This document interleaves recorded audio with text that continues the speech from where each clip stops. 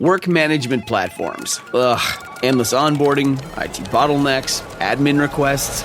But what if things were different? We found love in an open space. Monday.com is different. No lengthy onboarding. Beautiful reports in minutes. Custom workflows you can build on your own. Easy to use prompt-free AI. Huh. Turns out you can love a work management platform. Monday.com, the first work platform you'll love to use. It's true that some things change as we get older. But if you're a woman over 40 and you're dealing with insomnia, brain fog, moodiness, and weight gain, you don't have to accept it as just another part of aging. And with MIDI Health, you can get help and stop pushing through it alone. The experts at MIDI understand that all these symptoms can be connected to the hormonal changes that happen around menopause. And MIDI can help you feel more like yourself again. Many healthcare providers aren't trained to treat or even recognize menopause symptoms. MIDI clinicians are menopause experts. They're dedicated to providing safe, effective, FDA-approved solutions for dozens of hormonal symptoms, not just hot flashes. Most importantly, they're covered by insurance. 91% of MIDI patients get relief from symptoms within just 2 months. You deserve to feel great. Book your virtual visit today at joinmidi.com. That's joinmidi.com.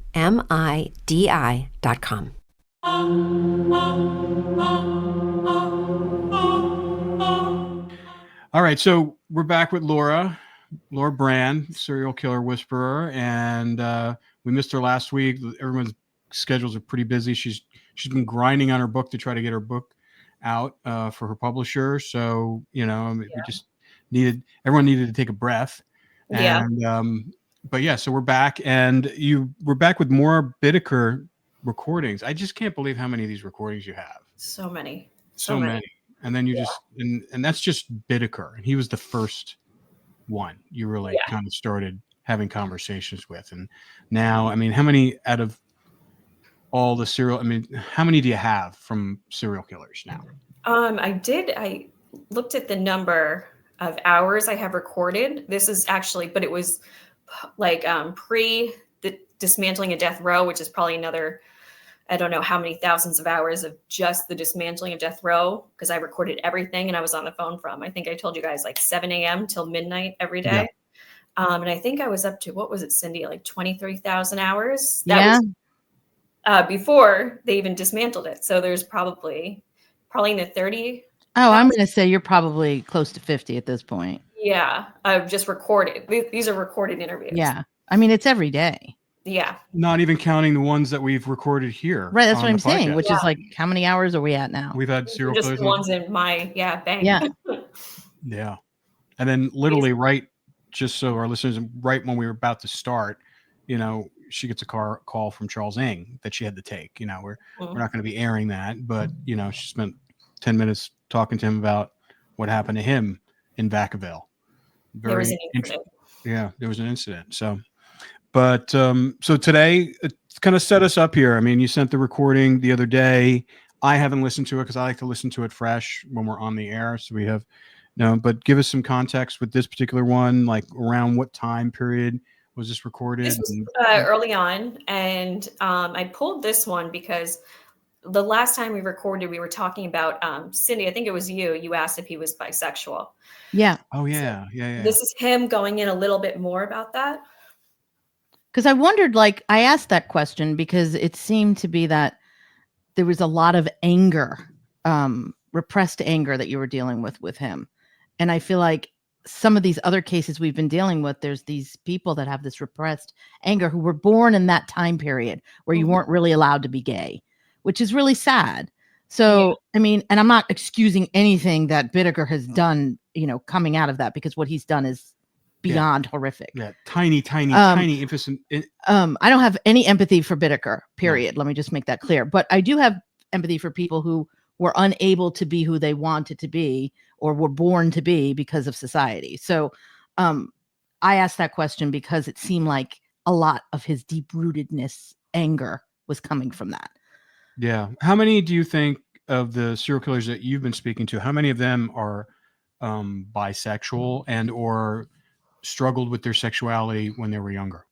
I've had this conversation because there's a couple And I had wondered if that played into it, if that could have been a contributing factor. Because there's been a noticeable amount to me. And some of them have never even stated it like Bittaker has to me, but I just caught on just from my interviews with them. There was something underlying there. So I, talked to other serial killers. Could this be a contributing factor?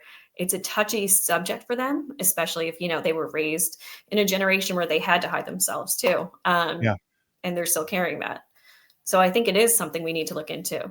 Mhm. And they're behind bars, but all these peers who are killers as well, they don't want it to get out that maybe they're less than, and the whole thing weaker.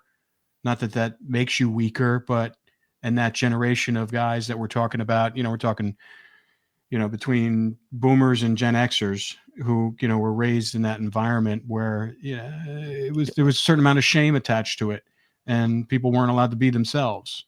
Right. And so I was curious because when we were talking about this, I'm like, how much does that sexual confusion play into, and that battling against your natural way played into the anger and the shame, which could have motivate their behavior to kill? Yeah, I think, if you go by a case by case basis, that does play into some, especially with the partnerships, I think.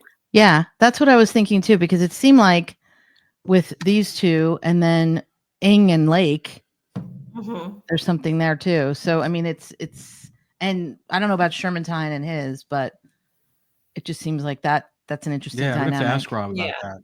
But I would think, nothing excuses the horrific things these people have done. No. But I mean, to understand also that how they grew up does influence their behavior. Yeah. And there are, as you said before, sexual components that they're killing. It's all driven by that need, Right. But you also have to take into consideration too, especially with, sadistic personality types, what's reported to me and what's been widely known is they'll say, dominating a man is the highest thrill seeking for them. So for them, it's more of a sadistic component too. Wow. Do they say why that is the highest for them? Well, it's just, you're dominating a man versus a woman, it's just men are stronger. So for them, I guess it ups the thrill for them. To make them feel weak and a victim. Right. So it really is just about predator and prey. I think it's a mix. It could be a mix. There could be the underlying, and then you have the sadistic personality too, where they get a thrill off of dominating a man, but there's also that desire underlying. Yeah. I just wanted to kind of do just a little divergent here before we jump into tape. Have you watched the series Dexter at all? Oh yeah. Yeah. What do you think of that? I mean, I've only seen the first. I could ironically, even though we deal with this on a daily basis with you and all the cases we do, it's hard for us to watch. It's hard for us to watch. So like we watched a little bit of it, but what's your take on that as far as how they're revealing the psychopathy of the character? Well, I remember that clip you sent me where he has the magazine, like the porno magazine, but you look in and it's all serial killer oriented, and you're like, we were talking about this. I love Dexter. I think it's really shows into the headspace of a psychopath. Especially if you watch the pilot episode where you hear his inner monologue, which I think is so brilliant about the show, is you hear him saying like, if I could love anybody, I'd love my sister. It's like he doesn't feel it, but it's that, inner monologue of them speaking where they don't have these feelings, and he's going throughout the day and you're hearing, his inner thoughts, and you're like, wow, there's nothing there. He's not feeling anything. He's at the crime scene and it's just nothing to him. So I think they do a really good job on the show Dexter. I think they do a really good job for a sexual predator on You with, I don't know if you guys have seen that on Netflix, but he plays a predator. Yes, that is scary. That show is scary. My friends and I watched that. It's called You. That's the stalker guy. Yeah. Oh, okay. Oh, it's terrifying. Oh yeah. No, we watched a little bit of that. I mean, I had a stalker. We've talked about this. It's very scary. Yeah, I think they did a great job on that show. They did a very good job on that show. Yeah. I mean, it's really good, really well done, but terrifying. That is terrifying. Really... All right. Well, cool. So this is early on Bittaker recording, and we're talking about his sexuality, right? I think it goes into, I think it's like quarter in. I think there's some other parts mixed Okay, in. cool. Well, it's like about 15 minutes. We'll stop and start like we normally do. And you can stop us if you have a point you want to illustrate to us and vice versa. Yeah.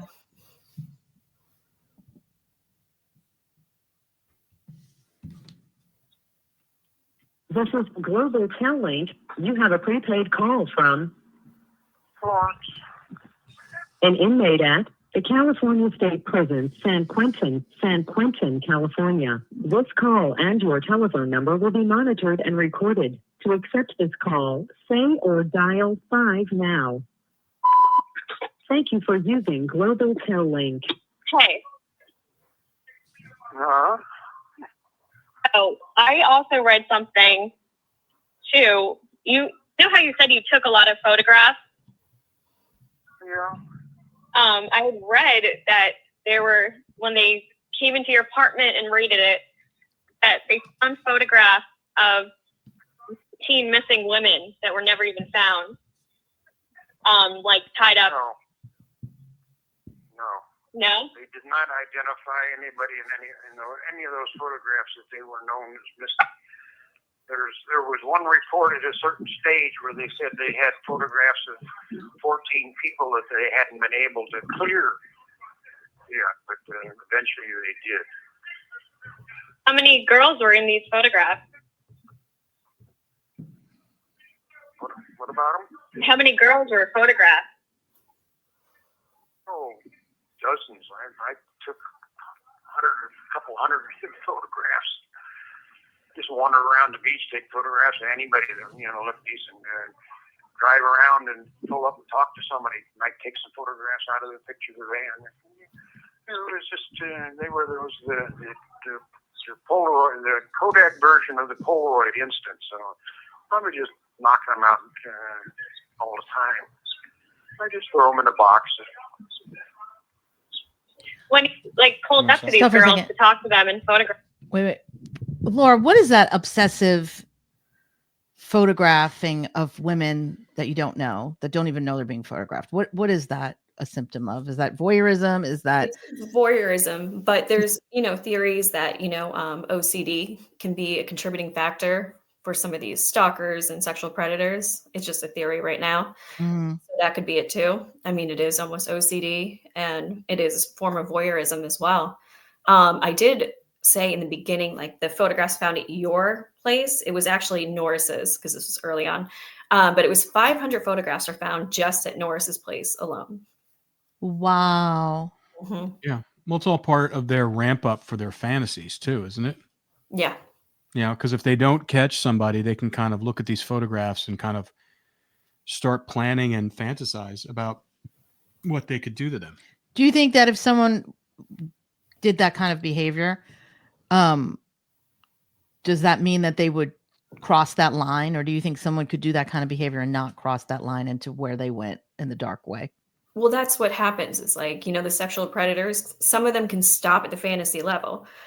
But once they're out trolling like that, when they start taking action towards their fantasy, I mean, it's hard to turn back from that point. And taking pictures is an active thing. You're driving around, you're taking pictures, you're stalking people. Yeah. Yeah.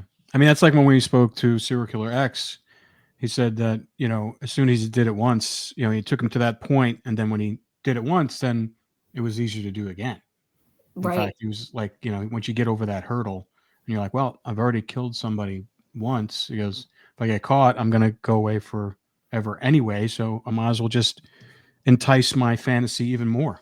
Mm-hmm. Yeah. And he, I mean, that guy just has no remorse. All these other guys, I mean, you'll hear a little bit of remorse, or they'll dodge around everything and they won't give you full answers. That guy is just shot out of a cannon and doesn't really, he doesn't really give an F about what people think of him. Proud. Yeah. Mm-hmm. Yeah.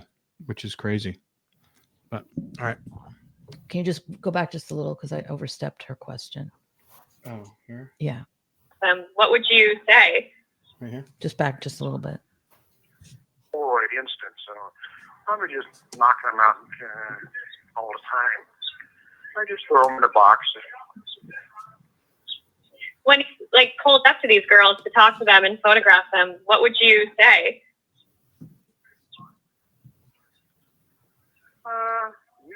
Usually wouldn't say anything. Why bother? You know, they're see what I'm doing. If they don't like it, only once did anybody ever object. She'd say, she was crossing a street down by the beach area. Say, you can't take my photographs. I'm a model. I get paid for that.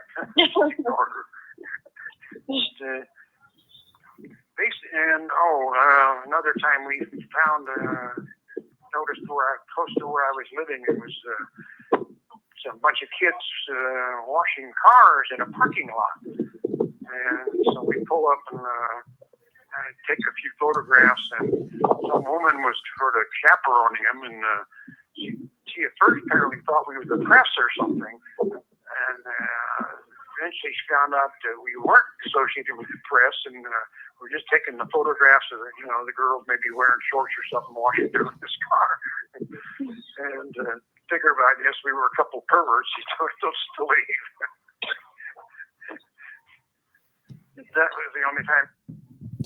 Yeah, you were a couple perverts, psychopathic perverts, and driving around in a van taking pictures of kids. Of teenage girls. Let's keep that in mind. These are teenage girls. Disgusting. It's so funny how he kind of dismisses it. Like he just kind of he takes himself out of it. Like, oh, you thought we were just some bunch of perverts.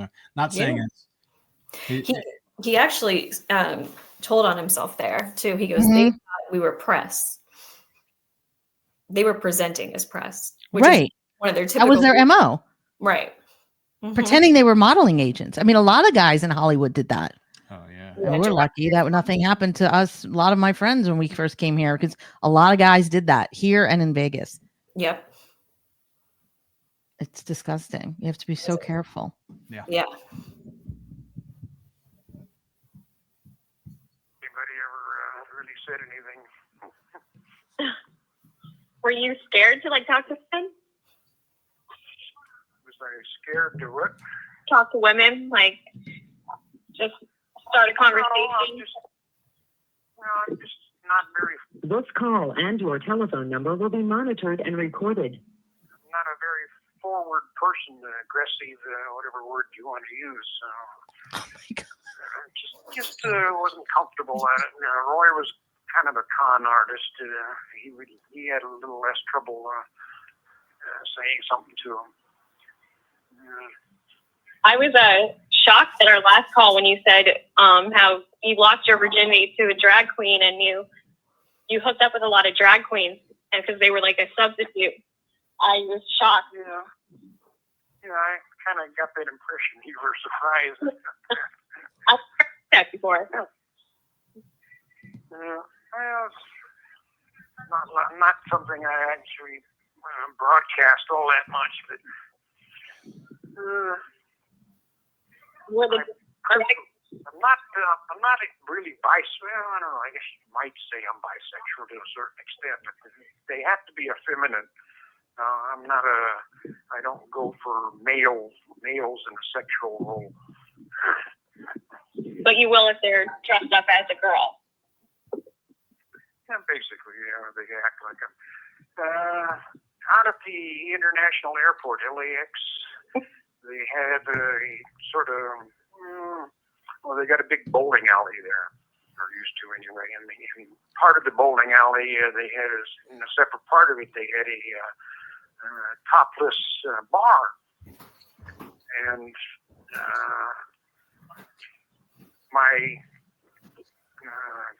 I was living with one drag queen who did the lip sync music to songs. Some of the gay bars would have it. The drag queens would get up and put on a performance, pretending they were some female singer. So somehow or other, she applied at the topless bar for a job to do the same thing, and they hired her. So for a while, I was driving her out there to the airport to work. Where was I going with this? So I was living with her at the time, and we were living just about 2 blocks from Hollywood and Vine, just off of Hollywood Boulevard, about 2 blocks toward Beverly Hills. So, what was my point in this one? Anyway, I took her to her first silicone shop to build some breasts. Boy, that was a big needle. Wow. But I lived with her for some months. Finally got arrested. Were you guys intimate? Oh, yeah. Yeah. In fact, the first time I met her, where I met her was in a gay bar, and she approached me and kind of put the make on me. So when it was down in Hollywood. So he says he's like bisexual, but he's hanging out in gay bars. Now, is this all before his murders happened? Yeah. Well, What we know, at least what the ones, yeah. The ones in with Roy. Yeah. It's crazy. Mm-hmm. Well, didn't Gary Ridgway do the same thing? I don't remember. If he was. Yeah, I think his wife had told me that. Maybe not on the record, but I do recall something like that. Yeah. Yeah. It's interesting that he talks about it so flippantly. Yeah. He almost gets excited too. Like he kept. Oh yeah, he's going. reliving it. He's Mhm. reliving the excitement. Yeah. I'm sure it was exciting. Did he for him. hurt that person? No, but they had a very long-standing relationship. Like they lived together. Right. Yeah. What happened when they broke up? Well, he went to jail. That was just like the I wonder breakup. what she thought when she found out what he was doing. You know, I could never find her because he would never reveal her name to me. Yeah. How horrifying. Oh my God. Mhm. Yeah. Well, I hope he didn't hurt her. No, it sounded like they were pretty even closer than he's even letting on, I think. Yeah, it's a time if you're living together and Yeah. like he's driving her to work. Do you think and- he stayed in touch with her after he went to jail? I don't know. I just know that time they were in Hollywood together. They were living together, intimate. He was driving her to work. There's a couple more interviews I have of him talking about her. And he took her to get the silicone breast. Mhm. You know? Yeah. And he obviously was in the room with her because he talked Yeah. about the needle. Right. So it's And not this like was he- what, in the 70s or 60s? Yeah. This would 70s. be like late 60s, early 70s. Okay, Yeah. that's what I was going to say. Must have been early 70s. Yeah. Wow. What did That's- they have to do? I thought that was interesting about the needle. Like that's what he brought up. Like that was a big needle. Right. He focused on that, of Mhm. course. Yeah. The part that hurts the most. How did they do that? What do they put? Do they put the needle I into? have no I don't know. idea. I don't know. I have mean, no that's idea. like we're talking 50 something years ago. Yeah. Yeah. Who knows how they did implants back then, but must have been painful. What was it? Yeah. Implants? Like, was it silicone? It was like he was injecting Okay, silicone. all right. I don't need to know. I mean, Yeah, that's the part he focuses on, and he's scared. Right. exactly. Mm-hmm. That's crazy. Block or so from where she was living, so it wasn't part of her place. She was from El Salvador. Hmm. Yeah.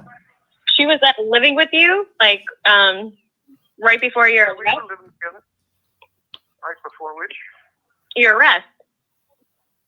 No, this was back around 1970. Oh wow. Yeah. I had asked you before, like if you had gotten prostitutes from time to time just to have sex, and Yeah. Just twice that I can remember. you said it was just blah for the sex.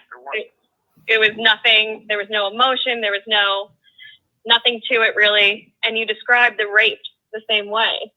That masturbation would have even been better than the rape. Yeah. Even with the call girl, we spent upwards of an hour bullshitting, talking about this and that. I took a bunch of pictures of her. The cops found them and took them a while to track her down. She was living out in the valley, some distance away from LA. And they thought she was a victim for a while. you know, it's just, you know, there was no sort of connection at all. It was just casual sex, you know, basically, you know, clam bam and. Well, how could he have a connection with anyone? He's a psychopath. Mm-hmm. Like even with his with the woman that he was living with. Well, Right. he was looking, he was searching for a connection, because why would you live with someone if you're not looking for a connection? Why would you spend an hour talking to a call girl unless you're looking for a connection? I thought that was weird. Yeah. Spending an hour talking with the call girl. Exactly. So he's obviously looking for some sort of female connection. He definitely is. I mean, one of his first early crimes when he went to New Orleans, I mean, he took a girl with him that he had met in a psychiatric hospital, and they got out at the same time and went there. And he had stole a car to bring her over there, and they had a whole like road trip, and they got very close. And he was definitely searching for a connection with her. They stayed in touch for a while. This woman he moved in with, but then Roy. I mean, look at the relationship dynamic with him and Roy.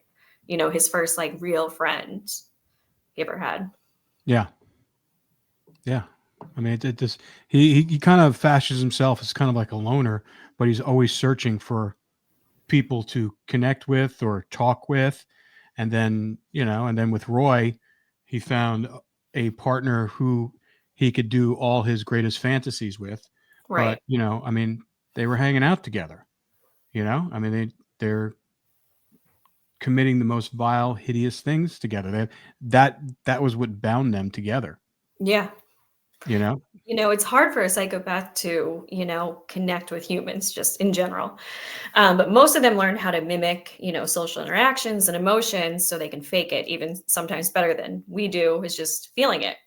But Bittaker grew up very isolated in Florida for the majority of his youth. So he's grown up isolated, and now he's an adult and with psychopathy added on. So, you know, when he's looking for connections, it's very bizarre. He doesn't know what he's doing. He doesn't know how to really form real connections or even fake it. And even when he was 70 and I was in the cage with him, like if there was any silence, I think I told you guys, like he would start spewing out animal facts. Like he didn't know just how to have a regular conversation. Yeah. David Carpenter did that too when we were with him, Yeah. you know, because you weren't really talking. I was asking questions, but in between the questions, he kept on kind of rambling Mm-hmm. and talking about all. Why is that? They can't sit in silence for a second? Yeah. I mean, that's just like a basic psychology trick, is like if you want someone to keep going, just remain silent. I do it a lot with them, and Yeah. they'll fill in the space. Yeah. Well, humans in general do it. So a lot of people are uncomfortable with Silence. Yeah. Yeah. You know, if you're like in a meeting or something like that and you don't, you know, it Right. scares the shit out of people when the person leading the meeting is not talking. Mm-hmm. Yeah. Yeah. So people will fill in the gaps. Yeah. And these guys spend so much. Silence. Yeah. Well, they also spend an enormous amount of time just sitting in their cell with silence, Yeah. not talking to anybody. So Yeah. you know, they finally have someone like you who is, in the guise of your study, a sympathetic ear, you know, someone they can kind of unload on. And, you know, it's like they're your companionship. That's how you've been able to do this study the way it is. You've created this illusion of companionship with these people that allows them to open up. And that's classic. You know, that's what they do right now. That's the technique that they use for, you know, interrogating terrorists now. You know, it's like the waterboarding and the tortures. They don't get anything. Studies have been done. You don't get. You'll get information, but it won't be accurate information. Right. But the more you know, do the tactical empathy that you tactical do. empathy, you'll get more, you know. Yeah, there's been study. I mean, it shows when you're doing interviews and you're building that trust and rapport, you're going to get way more information, way more authentic information than an interrogation. Yeah. Cool. All right. Halfway through this. All right, now what do we do? Right. It just wasn't, you know, worth all that trouble and effort and emotions and harm and everything else. Period. these rapes would be like more of like a fantasy of boyfriend, girlfriend, loving, right? Say again? You were The first part? you were hoping like the rapes were going to be more of like the fantasy of a boyfriend, girlfriend, loving. Well, I just didn't end up doing it that way. It was just didn't seem to be natural. Maybe partly because Roy was there. That kind of upset the Stop. Wait, no, keep going. Sorry, I'll keep going. stopped too soon. normal pattern that might have happened if I'd have done it by myself, which I wouldn't have. I think that's the reason it didn't work out. But still, I could have done some of the things and had him photograph it to order. So having him, I think, just kind of destroyed the whole idea of what I originally wanted. You had wanted the photo. Hold on. So he's going. Did you want to hear that question or go further? Or No, yeah, keep going. I'll see if you. Okay. I might answer my own question. Have to depict that like a loving relationship, right? Yeah. You ever? I assume you've seen some porn, right? Yeah. Hardcore. They get into it pretty. These days may be different, but in the older days, it was, boy meets girl, boy jumps on girl. So right. Yeah. I mean, did you actively look at porn? Was it like part of your daily thing? Like, what kind of porn did you look at? For a while, when I was living downtown Los Angeles, I just went to the porn theaters and often might get kicked up there by some gay.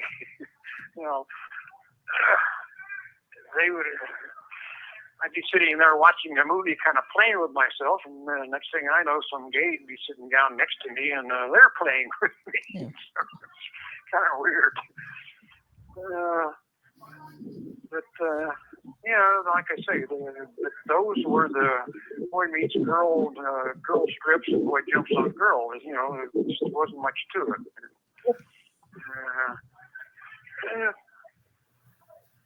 There was pretty set script for those types of things, and it just wasn't something I would have preferred having. All right, there's a bunch of stuff there. Bunch of stuff, yeah. All right, I want to go back a little bit where he's talking about. Now you'll have to clarify this for me. Is that when he's talking about, well, I really wouldn't have done this if Roy was involved. What does he mean by that? From ADT comes Trusted Neighbor, the new standard in home access. Through the ADT Plus app, easily grant and automate event-based or scheduled access for neighbors, friends, and helpers. Notify trusted individuals of events like alarms or packages, and set access windows for planned guests or even the dog walker without interrupting your day. Visit ADT.com. When every second counts, count on ADT. Requires ADT Complete Pro monitoring plan and compatible devices. Copyright 2025 ADT LLC. All rights reserved. When you think about businesses that are selling through the roof, sure, you think about a great product, a cool brand, and brilliant marketing. But an often overlooked secret is actually the businesses behind the business, making selling simple. For millions of businesses, that business is Shopify. Nobody does selling better than Shopify. They're the home of the #1 checkout on the planet and the not-so-secret Shop Pay that boosts conversions up to 50%, meaning way less carts going abandoned and way more sales happening.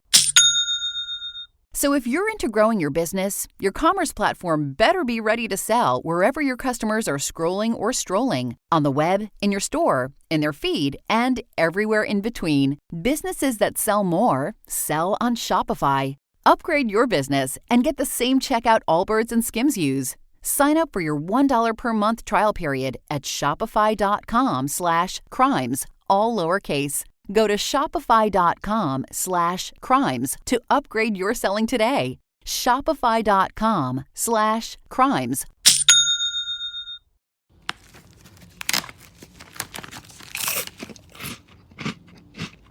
Uh-oh.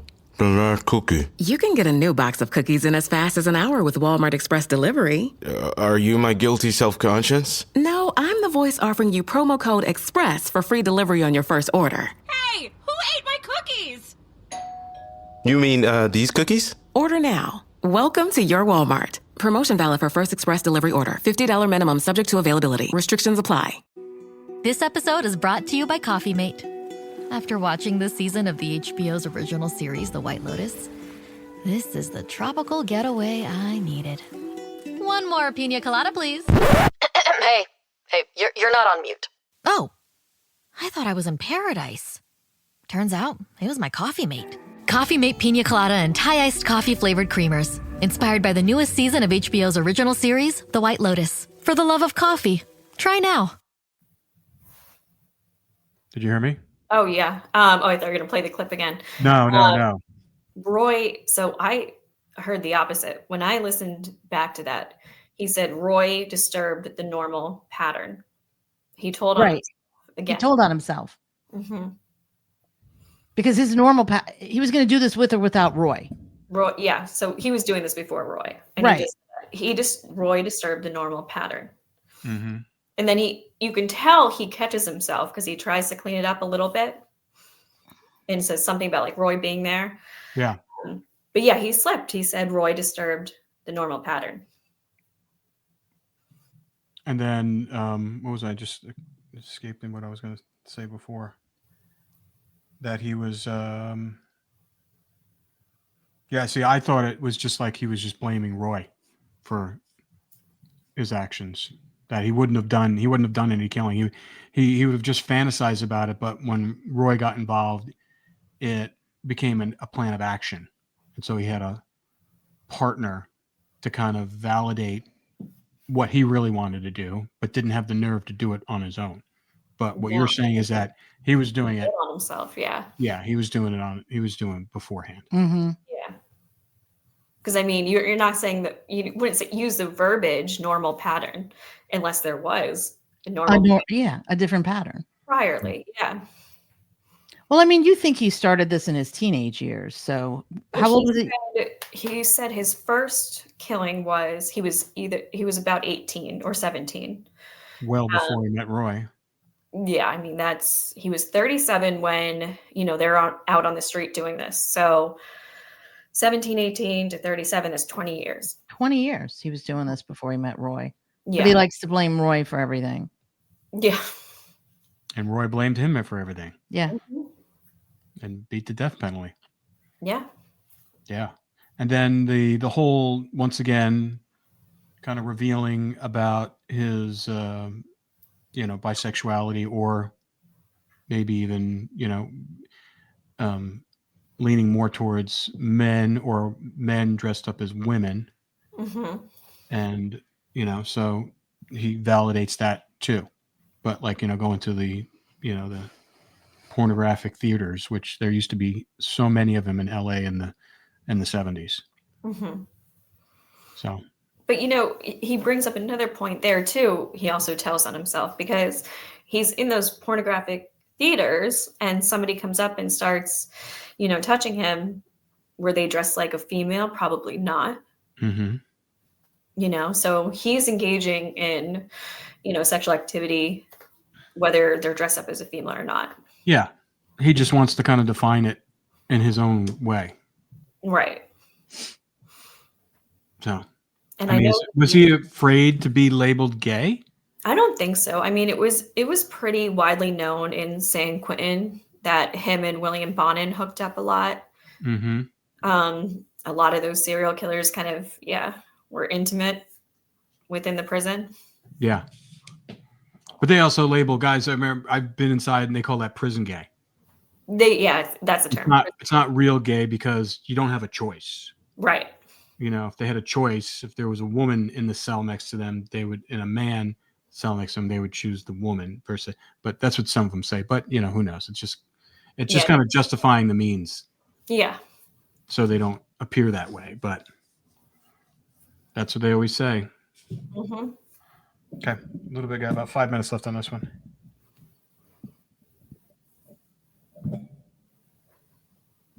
Did you ever look at like sadistic porn? I had one piece of it they found, and they actually used at trial. It was a part of a magazine that some little shop down in the area was selling. They were selling used magazines, and they had just part of one of them that was somewhat sadistic. They buried. This call and your telephone number will be monitored and recorded. Buried some girl up to her head in the sand somewhere. I don't remember, it was a beach or whatever. And then they had oral sex with her. But it wasn't anything really bad. Rips and chains and so on. It was. But other than that, no, I never had any interest in S&M stuff. It's funny, like, because when I use the word, sociopath, that word doesn't even bother you at all, right? Which word doesn't bother me? Sociopath? To who? No, it's sociopath. Oh, it doesn't bother me? Yeah. Well, so why should it bother me now? Yeah. I guess sociopath wouldn't probably care what you call. Exactly. Sociopath doesn't care. Yeah, but my psychiatrist member says that you're. Believe I presently am one, so progress. Yes, exactly. But what's interesting to me is, I don't know if you remember this in our face-to-face ad. That word didn't bother you, but then when I used the word sadist, it bothered you. Sociopath didn't bother me, but sadist did. They just did. Yeah. Because I've never had any sadistic behavior, except that very narrow one I just told you about a little earlier, and that wasn't for sadistic purposes. That was,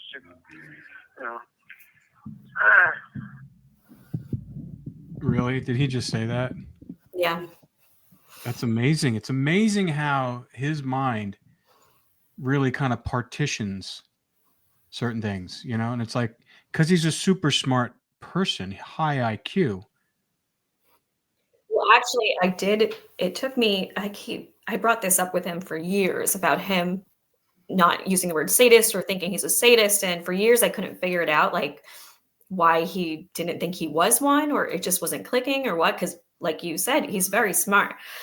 So it was on our last interview, our final face-to-face interview. Literally, I think it was towards the end of our interview. I finally figured out this mystery.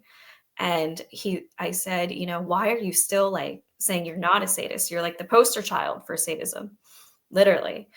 And he like shouted out, but I don't hate women. And I looked at him and I said, wait a minute, you think that's the definition of sadism? And he was like, yeah, well, that's what John Douglas told me. And I was like, you're listening to FBI back in the 70s for a definition? I go, that's not the definition of sadism. And he's like, I thought it meant I hated women. I was like, no, you inflict pain and you get pleasure from inflicting that pain. No matter who it is. Right. So he had no idea what the actual definition was. And also he was talking, and he kind of like, you kind of cut him off there, but I wanted to hear what you had to say, is the fact that when you asked him about being, psychotic or psychosis, and then he says, my psychologist or psychiatrist says I'm not that anymore. Yeah, he's talking about Berger. Yeah. He talked about Berger. Yeah. Mm-hmm. Okay, I have the psych evals. I think I have clips of showing the Berger there's a noticeable improvement in his psychopathy, which notice improvement. Yeah, it means that instead of 10, he's at like 7. Yeah, there's been a decrease. There's been an improvement. It's been noted. Dr. Berger saw it. That's when he flew the psychologist out. But it doesn't mean, he keeps using it as cured. And it's not cured. He's just overexcited about having a noticeable improvement that Dr. Berger noticed. Yeah. Mm-hmm. I mean, improvement over what? Right. I don't think it would matter. I mean, I think he would still do those things regardless. I don't think it's 79 in San Quentin. Yeah. Yeah. Right. He went from Genghis Khan to Saddam Hussein. You know, Yeah. it's like- But we have I've actually have a lot of tapes where we went over like, psychopathy.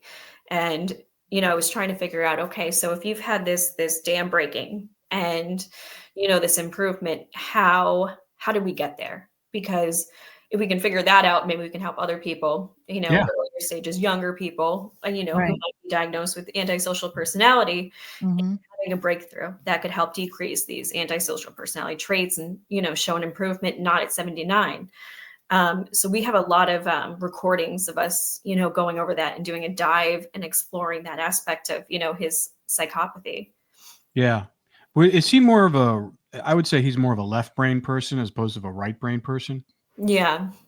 Because I would think if he was more of a right brain person, I think he'd have more capability for introspection. Yeah. But because he was very, his high IQ was attributed to, and he could do things like he worked for an aerospace firm. So he was very technical. He had that kind of thing. And sometimes that is more less emotion as opposed to someone who's right brain. And like, when you have someone who's right brain, a lot of times they tend to be artists. They're very expressive, they're emotional. And then you have left brain people, like I would say Elon Musk would be a super left brain person. Right. He when he talks, he almost sounds like a robot. Yeah. And it's like, and he kind of sounds like a robot sometimes. I was going to say, so does Larry. Yeah. Yeah. Definitely. So, He's very mechanical. not saying that Elon Musk is a psychopath. He's just I'm just saying just person like the way they right brain. Yeah, it's very mechanical. Very Yeah, mechanical. Yeah. Mhm. He doesn't like when you get into emotional stuff, he kind of shuts down because I don't think he really understands how to articulate it to the point. He doesn't. And that's You the know? reason he couldn't do the study. Yeah. Yeah. As opposed to the guy, the Ashton Kutcher guy who was raised the Ashton Kutcher merger. That guy seems like Gargiulo. He's super emotional and psychotic. Oh yeah. He's just like a bat out of hell. Just exactly bad out of hell. Just whatever. Yeah. What's the latest with that guy? Just real quick. He's waiting trial. He's still waiting the He's trial. still waiting trial, huh? Mm-hmm. Do they have any? I thought you said something was coming up soon. I don't know if it's coming up soon, but he has. I know they've been like throwing him into the psych unit a lot. Mm-hmm. I don't know how to handle it. Nobody knows how to handle it. Yeah. No, he's. Yeah, right. he's scary. Yeah. We got a little bit left of this. Very minimal. Technically, it probably doesn't even qualify for the I think one of my charges was torture, which means purposeful infliction of serious pain for whatever reasons, trying to get somebody to do something or just for joy or whatever. Because I don't think she was even seriously hurt by what I was doing. So She died. Technically, a problem.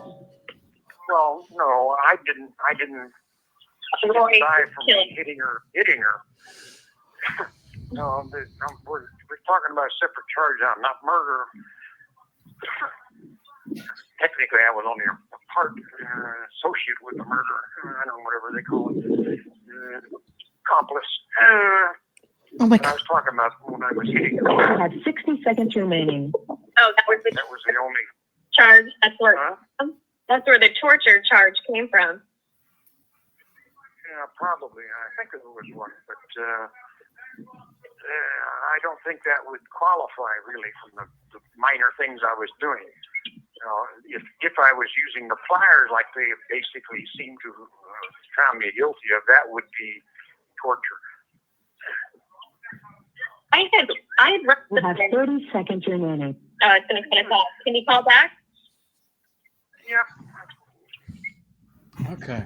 So really, once again, kind of diminishing his involvement in anything and really kind of splicing and dicing to kind of justify, well, I didn't, I did bad things, but I didn't do bad things that day. I think we were talking about, it must have been the previous conversation. I think we were talking about Lynette. I don't know why we jumped back to that part. I think you brought that up, but I think we're talking about Lynette, and he's talking about what was caught on the tape. Got it. Mm-hmm. He's trying to pretend he had nothing to do with that. No, what he's really trying to say is Norris killed her. Oh, sure. Uh-huh. Mm-hmm. Right. He was the one stalking her every day at McDonald's. Mm-hmm. But that's okay. Yeah. Poor girl. Such a sad, horrible That is thing. horrible. And the way they left her too. So awful. That poor family. It's just horrible. It was so off their MO too, to just expose her like that in that she someone's was front lawn. I mean, she was such a pretty teenage girl. I mean, it's just so sad. Yeah. Well, Laura, I mean, it's amazing the work that you've done. I don't listening to these people over and over and just the hours that you've put in. It's amazing. Honestly, I don't think anyone else has done something like that. Where do you think if Bittaker ended up not getting sick and he was still alive today? Because like how many years now has he been dead? It was pretty much 2020, him and Norris. Yeah. Right. Okay. When COVID was starting. So like 5 years. So where do you think you would have eventually gotten with him? I mean, John and I have talked about that, and I think a lot further. I mean, he had just started talking about necrophilia aspects. We were finally, getting into that, which is like the most touchiest subject you can touch with a serial killer. They really hate going into it. It takes years, the ones who I've talked to about, to even get into. It takes literally years. But Bittaker was there. He was already starting to go that route and, reveal more and more. So I wish I did have a few more years. It would. Yeah. Do you think he would have given up real details of where people were? Yeah. I mean, he drew you a map of somebody, but it's like, it's a map. I think do you really think that he was giving you the accurate information, or do you think that he was just kind of spoon feeding you stuff just to placate you so you would come back and see him? No. I mean, that stuff was so early on, the locations and stuff like that. I think it was all legit. Yeah. Because, that's one thing Rob Dick, Bounty Hunter and Private Eye, who did with Sherman Time. He said that, that was one of the things Rob had told us when we first met him. He said, yeah, he goes, because he's been talking to that guy just as long as you've been talking to all these people, on the same regular basis. And, he said he confronted Sherman about that. And he goes, well, if I tell you everything, number one, you'll never come back here again. And number two, I'll probably get my sentence extended because you'll find more stuff that I did. That's always like the biggest thing you have to push through is them worried about appeals, them worried about more charges. I mean, that's the biggest obstacle you have to push through. They're there forever. I mean, where are they going? Well, listen, they're there forever right now in California. And with the way things have been going in California, like you said, when they decommissioned death row and moved them all, I mean, they're, I was going to say with like the political stuff going on, it's, none of them thought they'd ever be off death row. Now they're all off death row. So, right. Yeah. That's true. Yeah. I mean, they, Biden, before he got out, he pardoned a guy who killed 2 FBI agents. Yeah. Yeah. It's crazy stuff is happening. So yeah, I mean, there's always a slight chance they could get out. Yeah. Could you imagine? They'd all do it again. I don't think there's one that you've spoken to. COVID or something. Excuse me? Wasn't it Ridgway or somebody it was a serial killer? They were gonna, during COVID, is it Ridgway? I don't think it was Ridgway. No. They moved him. I remember they moved him. They moved him to a federal facility, even though he was convicted by the state, only because they don't want people to go see him and they don't want him talking and stuff like that. Because when we did the documentary, we couldn't even get, we initially thought we were going to get, because we had the family involved, his family. And then the guy who was running, he was a congressman who was just ran for governor there, and I guess he lost, who was the original sheriff that, convicted him, because he didn't like the way the documentary was going. So he kind of called the prison bureau and said we couldn't get inside. So we had to do a phone call, and we couldn't even get in. The only way we can get into prison, we could actually shoot his cell, but he can't be in it. So I had to send a cameraman in to kind of do shots of his cell inside the prison at the time. So, but yeah, no, it wasn't him. He's not going anywhere. because the woman that was the sister of one of the main victims who was in our documentary, who now is a state representative for state of Washington, and she's a huge victims' rights advocate. I mean, and ironically, the guy who kept us from going into prison, she's teamed up with now. Oh, wow. Reichert was his name. Yeah. And so now they're trying to, because Washington's a very liberal state, and she's not liberal, and Reichert's not liberal. So they have real problems keeping bad people inside prisons in that state. So it's interesting, but yeah, it's crazy. But with him, I was just curious to see what would be the holy grail for you from Bittaker if he was still alive today. I really think there was a trailer just from all the interviews. I think we've played a couple of those where he's talking very specifically, too specifically. And, the drawn out floor plans that were fantasy, Right.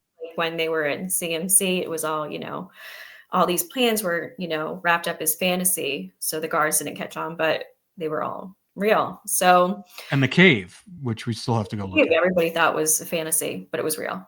So Right. yeah, that's probably what I would have been aiming for. Yeah. Because it's all up in San Gabriel.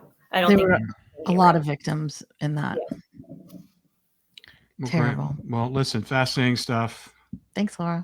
Yeah. And then, so we'll continue this journey. I think we'll talk about what we're going to do next with this, but thanks again for sharing. Yeah.